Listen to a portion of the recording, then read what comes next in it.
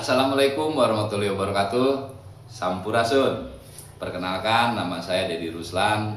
Saya tinggal di Jonggol, Kabupaten Bogor, Jawa Barat.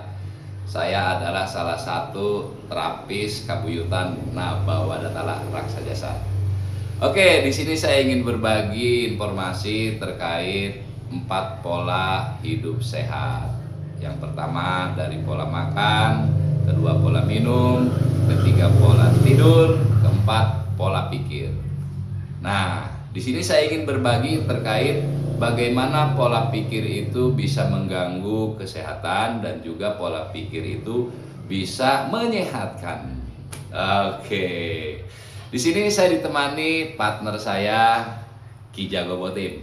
Dia sudah banyak mengamalkan ilmu ini ke lapangan dan di lapangan ditemukan bahwa sekitar kurang lebih 75% masalah kesehatan yang ada di masyarakat itu akarnya dari pola pikir.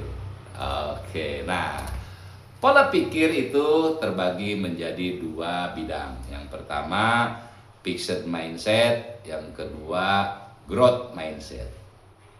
Fixed mindset itu sekumpulan pemikiran seseorang terkait dengan skillnya, pengetahuannya, kemampuannya yang ada pada dirinya itu murni pemberian dari Tuhan dan dia tidak berpikir untuk mengembangkan.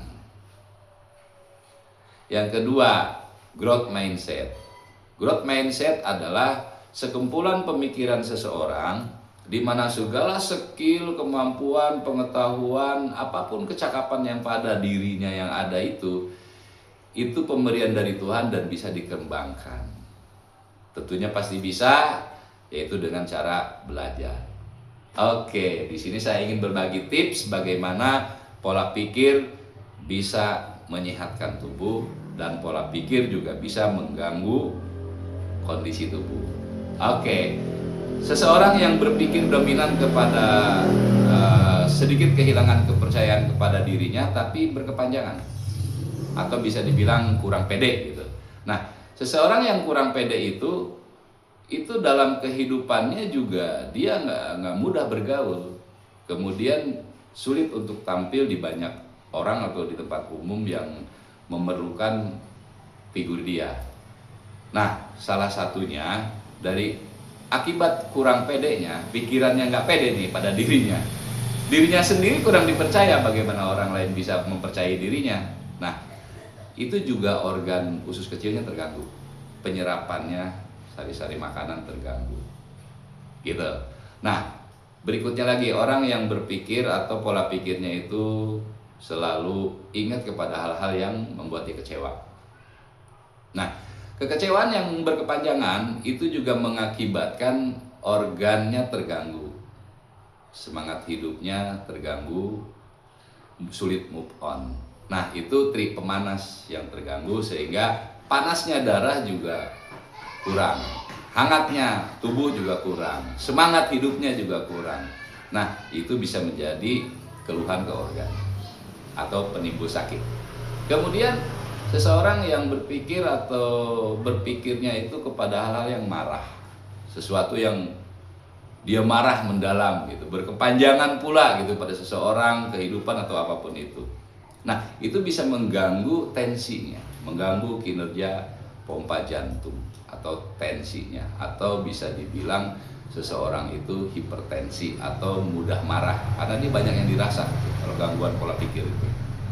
Nah, kemudian juga seseorang itu ketika takut berkepanjangan, jadi dia takut, apapun takut gitu, takut hari ini, hari esok, takut ini, takut itu. Nah, ketika seseorang sembuh, itu akibat dari dia bisa dikasih pola pikir fixed mindset, berkembang bahwa jangan takut, ini kita profesional, ini kita udah ada pembuktian, ini kita kedokterannya juga, ini budaya juga. Nah, dengan seperti itu pola pikir seseorang dari fixed mindset bisa dirubah menjadi growth mindset.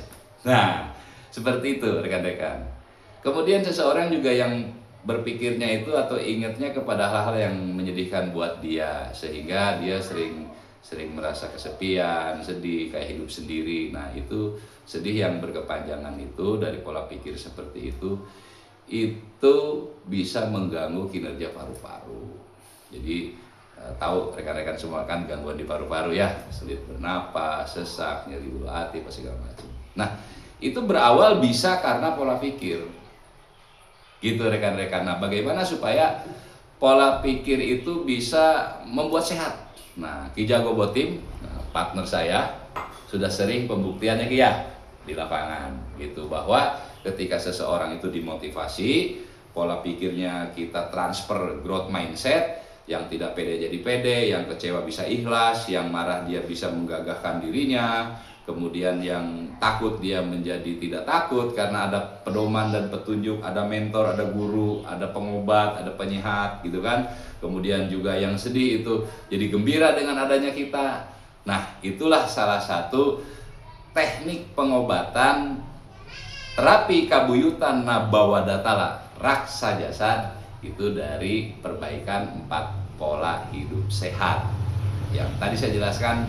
Dari titik pola pikir bisa menyebabkan seseorang sakit, dan di pola pikir juga bisa menyebabkan seseorang sembuh.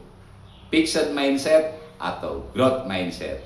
Nah, dari situlah kami canangkan, kami sampaikan kembali pada rekan-rekan, mari kita rubah fixed mindset kita menjadi growth mindset, sehingga kita bisa sukses, bisa sembuh, bisa bahagia.